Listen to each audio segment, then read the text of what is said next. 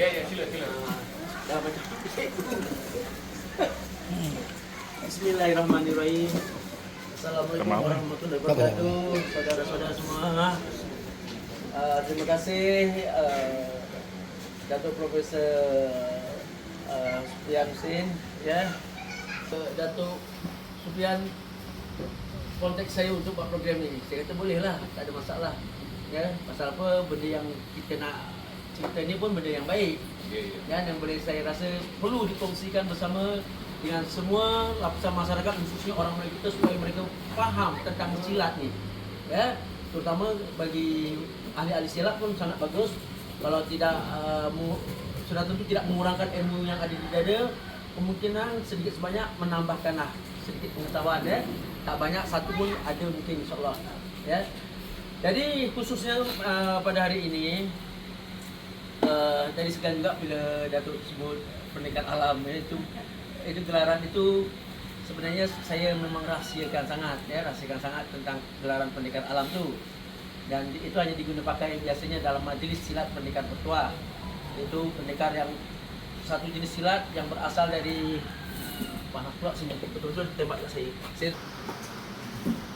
Gelaran pendekar bertuah itu memang dalam majlis silat pendekar bertuah saja, pendekar alam tu, ya. Tapi oleh kerana bila nama saya di dalam iklan itu atau pendekar Wakdi gitu. Jadi ada di antara ahli majlis itu mungkin terbaca konteks saya secara peribadi. Kenapa panggil pendekar Wakdi? Kenapa tidak disebut pendekar alam? Kita macam saya ni memang malu lah sebenarnya untuk mengangkat diri, memamerkan gelaran yang ada pada kita. Ya. Tak pendekar tak tidak kan. Mungkin pendekar pada yang pandai yang tak pandai. Kalau pada yang pandai tak ke mana-mana saya ni agaknya. Kan? Tak ada macam setengah orang kan letak dalam Facebook harimau kumbang, harimau itu semua gara-gara punya gelaran, ya. Walau tak ada siapa pun bagi gelaran pada dia kan. Macam saya memang diberi gelaran betul ni dalam satu majlisnya apabila ini pada tahun 2019 apabila abang guru saya itu Bapak Kiai Haji Buhari Datuk Yamin, dia bercadang untuk menabalkan saya sebagai guru silat pendekar bertuah. Dan pada mulanya saya tolak, saya tak nak. Sebab saya suka bebas. Saya suka ajar yang campur-campurnya. Macam beta course yang saya asaskan sendiri. Beta course itu memang untuk orang muda lah. Beta course tu bertempur, bela di tangan kosong. bela diri tanpa tangan kosong. Okay. Tapi sebenarnya macam-macam juga dalam beta course tu saya ajar. Pisau pun saya hentam, kayu pun saya hentam. Pasal apa? Orang tanya, kata tangan kosong. Ya, tangan kosong bila ada kayu, peganglah kayu. Kalau dah tangan kosong penuh, tak boleh. Dia tak ada apa lah kan. Gitulah Allah yang buruknya saya ni. Jadi apabila dalam majlis silat pendekar bertuah, seseorang pelajar itu ditabang menjadi guru, maka dia akan diberi gelar. Dia seiring dengan masyarakat asal di tempat silat itu berada. Jadi adat istiadat silat pendekar bertuah itu sama, dibawalah sampai ke Malaysia. Dia sebelum tegakkan gelanggang dia ada orang 16, orang berlapan, orang berempat. Orang 16, orang 4, orang 8, orang 16 dan orang 100. Orang 16 awal itu orang pemuka-pemuka kampung yang bergelar Datuk Maharaja Lela. Datuk Puncak, Datuk Maharaja Lela, imam, dukun. Dukun ni macam doktor lah. Dukun, nenek cerdik pandai, nenek mama, bulu balang. Last kali bujang selamat. Kira-kira jumlahnya tu jadi 16 orang. Kerana bulu balak kena ada 4 orang. Nenek mama, oleh nenek mama 4 orang ke. Ya, Datuk Puncak ketuanya presiden. Nenek mamak tu perempuannya? Bukan, ini bahasa Minang nenek mamak tu pakcik-pakcik orang-orang tua lah. Orang tua yang diberi gelar. Ya. Bukan perempuan, ya, nenek mamak tu bukan perempuan. Dan bukannya mamak juga, ya. Itu orang Memanda sebenarnya. Memanda. Dia memang orang yang ada gelaran pangkat bangsawan dalam ni lah, dalam ni. Jadi silat ini bukan ditadbir oleh guru.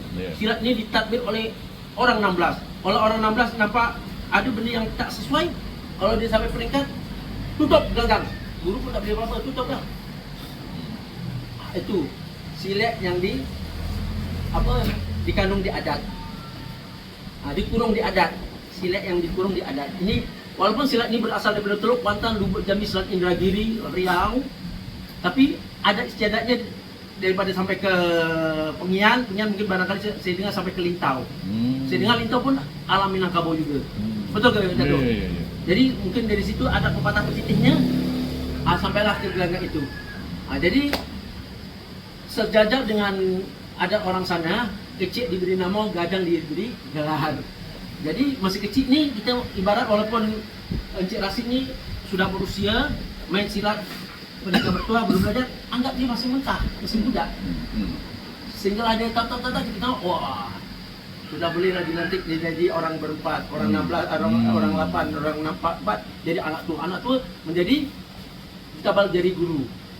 Apabila maksud gurunya sudah matang, maka kecil diberi nama, gadang diberi gelar. Sudah besar lah, sudah besar, maka wajib diberi gelar. Jadi tidak boleh dilanggar.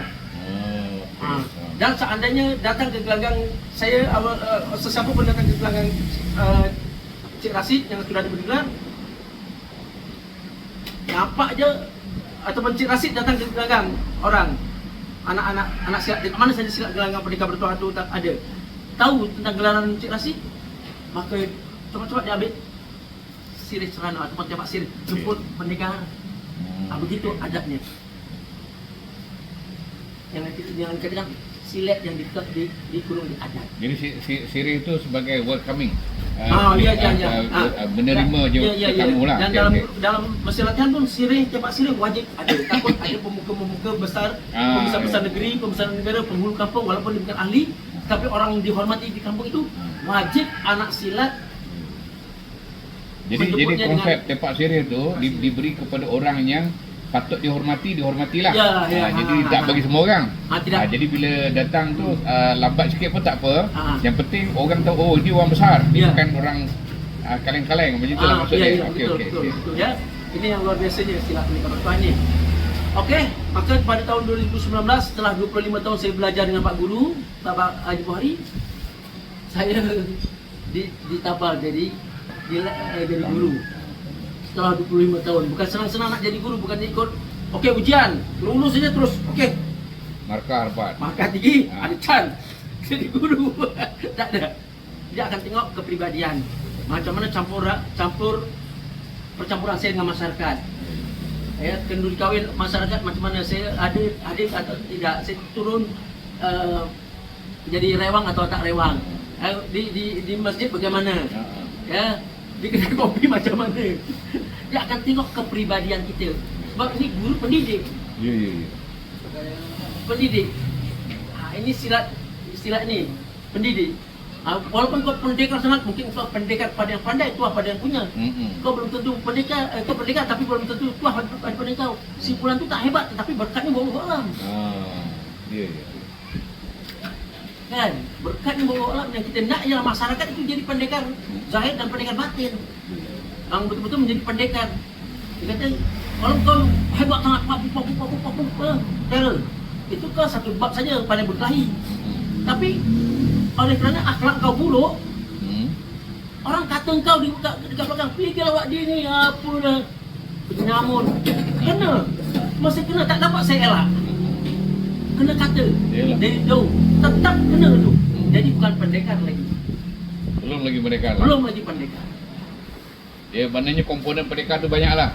Kepribadian dia, akhlak dia, percampuran bermasyarakat, kan, perkongsian ilmu, bagaimana dia memasyarakatkan diri dia dalam masyarakat dan memasyarakatkan ilmu dia dalam masyarakat. Jadi orang ramai dapat mengambil manfaat daripada kehadiran dia. Itu pendekar lah. Ya.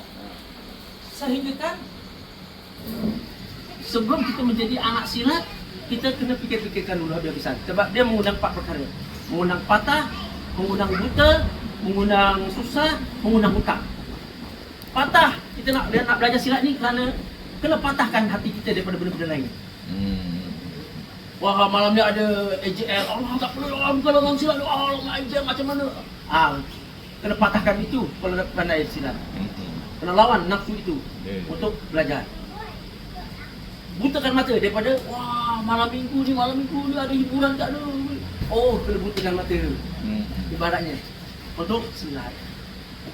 Patah, ada tentu ini kemungkinan besar banyak risikonya. Pandai belum tentu, tapi patah tu harus juga. Tapi buat masa ini tak ada lambat, kita jaga betul. Sebab undang-undang itu membuatkan kita menjaga diri kita masing-masing. Menjaga diri bukannya saya saja menjaga diri saya. Cik Rashid menjaga saya dan saya menjaga Cik Rashid supaya tidak berlaku kemalangan. Bermakna kontrol hawa nafsu. Sehingga kan tidak boleh bergaduh, berselisih faham di antara satu sama lain. Ya, makanya ada hutang. Andai kata ada yang membuatkan kawan-kawan kita terguris, siapa yang akan dimasukkan di dalam dewan, dalam orang 16 ni akan dipanggil sebulan-sebulan, ramai-ramai saksinya semua ada. Maka siapa yang salah akan ditimbang tariknya. Maka kalau perlu dihutangkan. Hutang itu bergantung kepada kecil besarnya salah kita. Kalau kecil sebiji telur, kalau besar seekor ayam, besar sikit kambing, besar sikit lembu, besar sikit kerbau. Okey. Sehingga kan tidak boleh ambil janda. Si Fulan bercerai dengan si Fulan di kawan satu gelanggang. Tiba-tiba si Fulan janda dia kahwin dengan ini tanpa pengetahuan. Itu pun boleh kena hutang. Sebabnya boleh menyinggung hati dan perasaan. Boleh menimbulkan lagi pergolakan yang lain. Sebab mungkin si Fulan suami bekas suami, oh patutlah dia sangat nak minta cerai. Entah-entah si Fulan yang Yalah. dari situ pula kawan-kawan cakap, oh hasut-menghasut berlaku. Maka santau menyantau pun berlaku paling tidak. Ini zaman dulu. Mungkin zaman sekarang pun berlaku juga begini. Itu adat, dari segi adat dan peradaban silat pendekar bertuah yang dikatakan pendekar dan pandai, tuah pada ini. InsyaAllah. Jadi saya 25 tahun belajar silat tu, baru nak ditabar menjadi guru. Bila nak ditabar jadi guru, saya tolak banyak kali. Tolak. Tak mau lah Pak. Dia kata kena juga. Saya tak ada duit nak beli kambing. Nanti ada orang yang belikan kambing untuk kau. Saya tak ada duit, saya tak pandai nak masak untuk bagi makan orang. Bapak akan jadi peli kau hari itu. Bapak yang akan masakkan sendiri gulai kambing itu. Kerana kepala gulai kambing itu kepalanya nanti diletakkan di depan raja silat itu, iaitu pendekar bertuah. Orang yang bergelar pendekar bertuah. Ini silat ratusan tahun dulu, tapi setiap orang meninggal dia akan cari siapakah yang layak untuk mendapat gelaran pendekar bertuah itu. Walaupun dia tidak pandai sekalipun, tetapi harus dihormati ke mana dia pendekar bertuah, kerana tuah jatuh pada dia. Macam raja lah, raja ni raja ni mana raja ni pasti sampai pula jadi. Tak semestinya anak saya meninggal, anak saya jadi pendekar bertuah, tak. Dia akan cari lain perut dia. Yang sesuai, yang ikut ni lah, ikut pedoman yang dia orang punya dia. Maka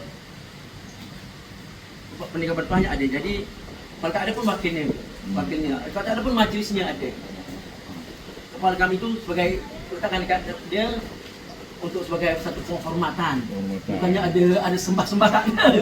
Penghormatan kan, benda yang paling istimewa. Biasanya kat mana-mana kalau ada majlis itu saya menghabiskan kepala kambing. Jadi paling jam lah. Agaknya lah gitulah ya. Dia makan banget pendekar bertuah yang ada ni. Tak makan tak banyak pun. Kalau kita ajak dia makan sate, kita order 100 cucuk, kononnya nak godik dia, kita akan menyesal lah. Siapa nak belikan, dia paling kuat 2-3 cucuk je. Menyesal. Dia begitu orangnya. Al-Mison, namanya Al-Mison ya. Okey, jadinya sebelum itu pun sudah ramai juga lah yang kawan-kawan saya tu yang ditabar jadi guru, macam Khairuddin, macam Sakti, Harun, ada seorang Harun, namanya Harun, pendekar tenang, yang bergelar pendekar tenang lah. Ya, saya yang paling akhir sekali. Sebabnya saya ni paling nakal walhal, saya anak tua dia. Daripada mula dibuka balik silat tu di Batang Kali, saya yang usik dia. Saya yang usik Pak Guru, Haji Buhari. Ya, jadi kalau dulu 2019 25 tahun, sekarang sudah 2025 dah 31 tahun saya ni, masuk 31 tahun saya. Masa itu 2019 kan. Silat itu saya belajar dalam lebih kurang tahun 1998 rasa saya lah. Ya, masa saya pindah ke Batanghali itu saya adalah sebenarnya saya cari silat ni sudah sejak masa atlet lagi, sebab ada peristiwanya lah. Ada peristiwanya ya. Saya cari silat tu, tapi yang punya badan membuat peristiwa tu langsung tak nak bagi tahu dekat mana dia belajar. Dia takut saya belajar dekat orang tu, bantai dia balik. Ya, jadi saya paling akhir yang ditabal jadi guru. Walaupun yang lain-lain tu yang jadi guru tu semua pernah rasa bekas tangan saya. Maksudnya saya yang mengajar dan yang melatih diorang. Tapi diorang ditabal jadi guru. So, kerana ciri-ciri tadi dengan masyarakatnya saya kurang asyik filem aja kan. Saya memang malah betul jadi rewang-rewang ni sebenarnya. Kemudian kalau masjid tu kadang-kadang tidak, yang lain istiqomah. Saya nakal kan, orang perantau. Jadi kemudian saya tidak ada tanah untuk dibuat sosoran. Sosoran ni gelanggang lah, orang Minang kata sosoran. Ya, orang Riau kata sosoran. Jadi tak ada. Tapi pada tahun tu 2019 dia nak tabal saya jadi guru. Sebelum kita pergi ke Cilegon. Okey. Itu. Jadi dan saya juga antara yang pernah dibutangkan seekor kambing. Ya, kerana saya buka beta kos. Sebab dia memang mengharapkan saya menyambung legasi dia. Sebab saya yang buka dulu. Tapi tahun sebelum itu setelah dia 10 tahun bersara. Setelah 10 tahun dia langsung tak sentuh silat. Masa itu duduk di Segambut. Bila ke Batanghali langsung dia tak kunci ke silat. Ya. Jadi saya dapat pesan, saya uji dia, baru lepas tu buka balik. Saya orang pertama, itu yang menjadi saya anak tua dia. Anak tua saya yang buka. Kalau nama pendaftaran pada pejabat polis pun, ibu pejabat polis pun atas nama saya. Sama ada gelanggang di Batu 30 Ulayam lama, Ulayam baru, Ulayam lama kan, Ulayam lama, ataupun di Batanghali itu atas nama saya. Itu. Jadi kenapa saya nak belajar silat Pendekar Bertuah? Ada satu peristiwa saya berlawan dengan satu pesilat, ya pesilat. Masa sebelum game tu saya lawan dekat luar. Ada club 50-50. Sparring 50-50.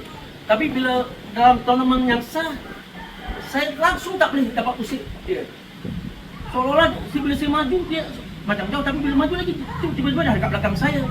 Dia footwork dia tu membuatkan saya terperangkap.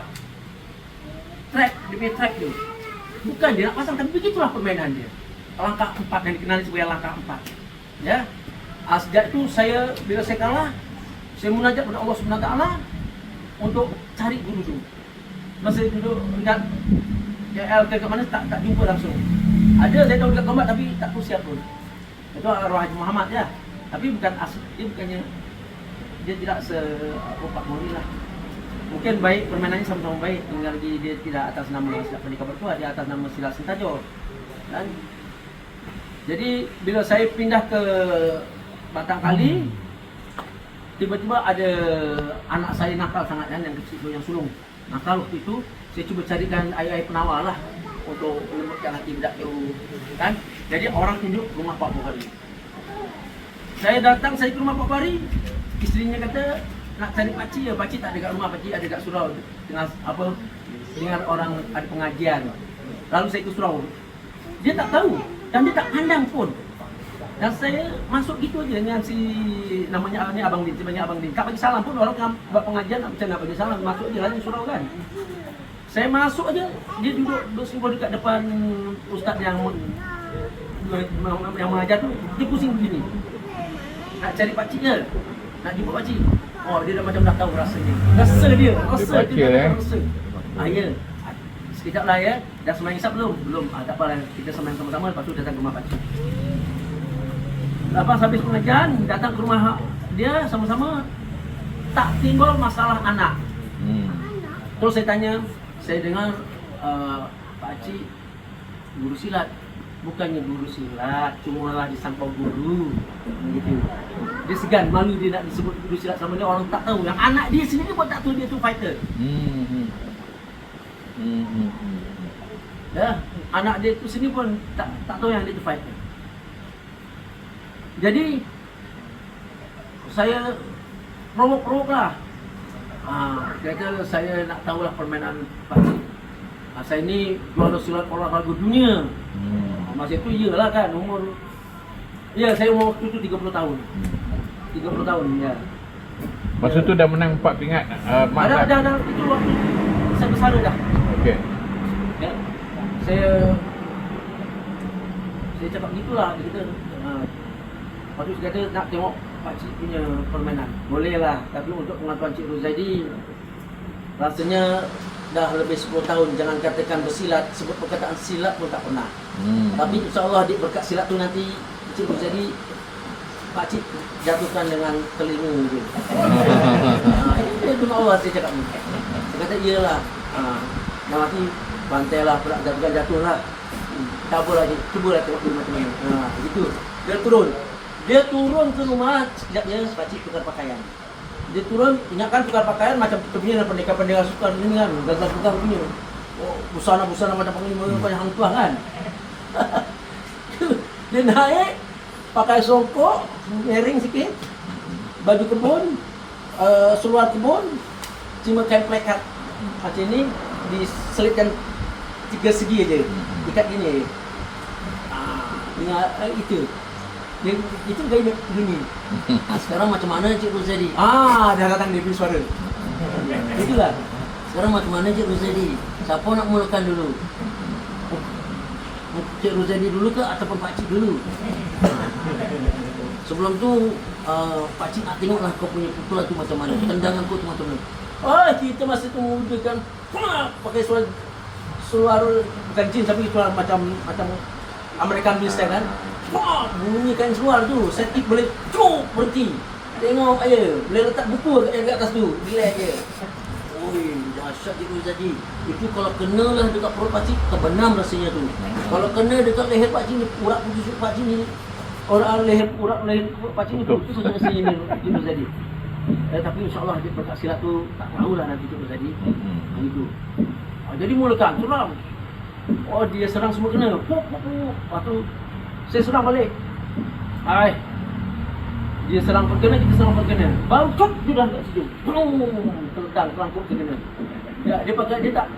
Dia pakai batu virus. Orang tutup punya orang macam tu orang Santiang kan. Batunya agak tak besar sangat tapi sedang molek lah.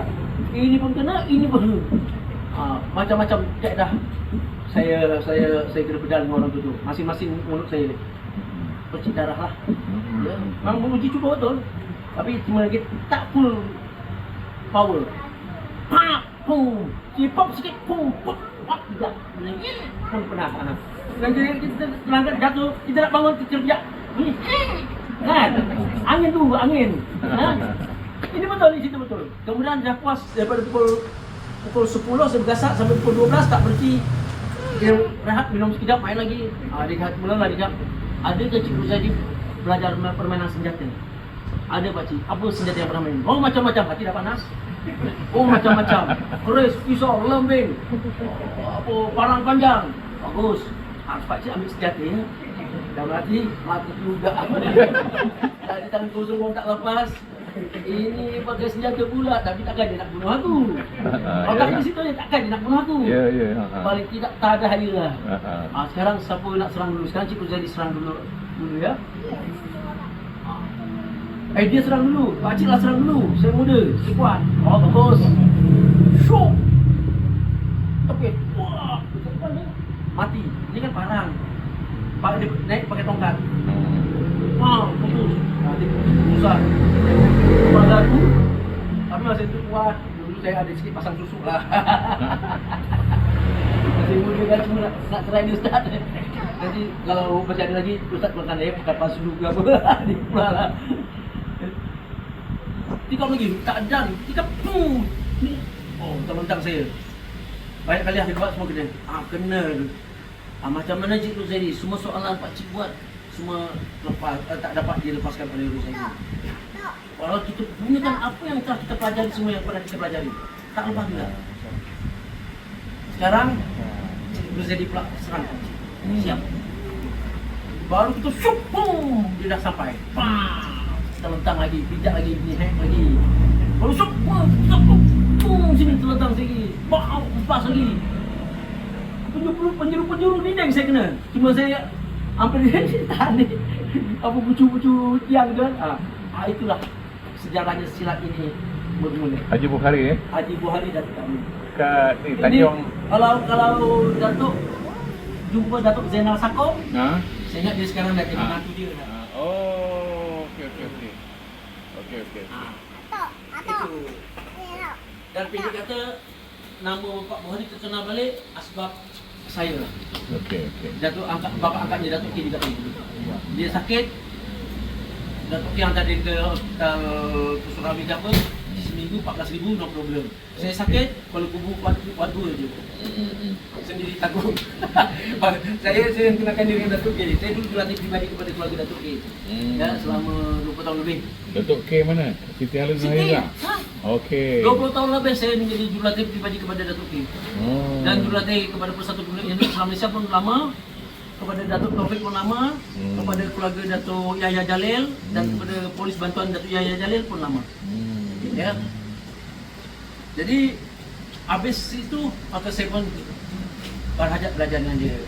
Tapi itulah dia, nanti kalau dah pandai nak ajar orang, kena ajar orang ya. Ya. Kan Haji Bukhari masih hidup lagi kan? Dah meninggal. Orang meninggal. Kita buka kepada sesi sikit kalau nak tanya.